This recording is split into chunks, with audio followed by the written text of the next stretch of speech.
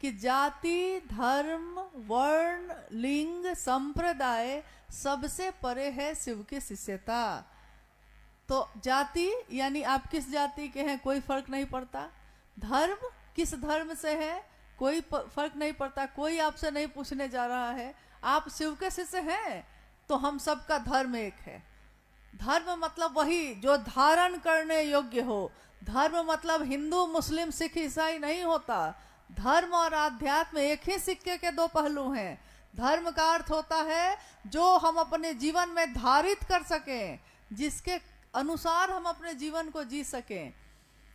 तो वर्ण यानी गोरा है कि काला है, कुरूप है कि खूबसूरत है, कोई फर्क नहीं पड़ता, क्योंकि खूबसूरत होने के लिए आपने कुछ नहीं किया था।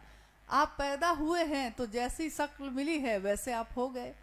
कुरूप होने के लिए भी आपने नहीं चाहा था कि आप कुरूप हो जाएं, आप ऐसा ही जन्म हुआ है तो ऐसे हैं। यानी वर्ण और लिंग, पुरुष और स्त्री, पुरुष एक भाग में है, स्त्री एक भाग में है। लेकिन आप ही बताइए कि अर्धनारीश्वर महेश्वर शिव किस भाग में है? अर्धनारीश्वर शिव आधे पुरुष और आधे स्त्री, दोनों मिलकर जो संपूर्ण होते हैं वही शिव होता है। नारी के वेश में भी मिजाज मर्दाना हो सकता है और पुरुष के वेश में भी कोई का पुरुष हो सकता है। खूब लड़ी मर्दानी वो तो झांसी वाली रानी थी, तो झांसी वाली रानी का मिजाज मर्दाना था। और आध्यात्म की धरती पे चलने के लिए हृदय को स्त्री का रखिए, कोमल रखिए, करुणा रखिए, ममता रखिए और मिजाज मर्दाना रखिए।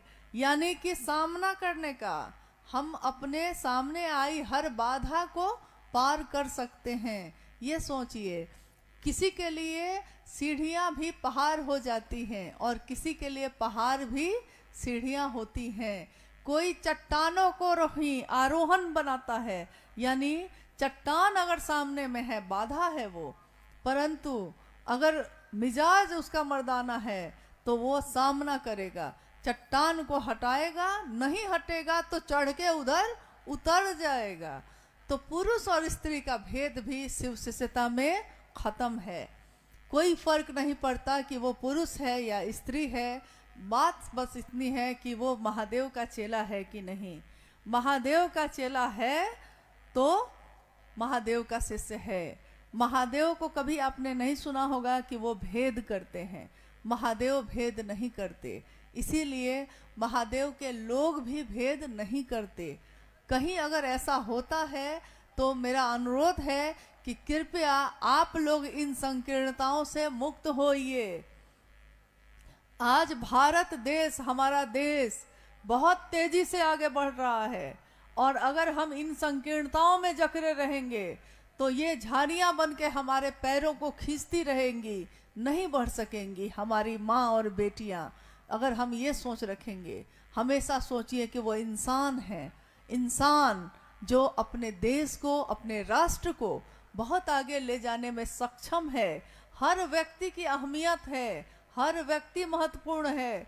कोई नहीं जानता किसके अंदर महादेव का कौन सा ज्ञान उतरा है। जिसके अंदर जो ज्ञान उतरा है उसने उसी तरह से समाज को अपना ज्ञान दिया है। शिव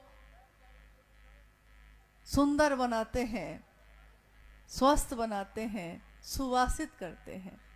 तो हमारे मन की सारी संकीर्णताएं तिरोहित हो जाती हैं मात्र शिव भाव के शिखर की तलहटी में आते हैं।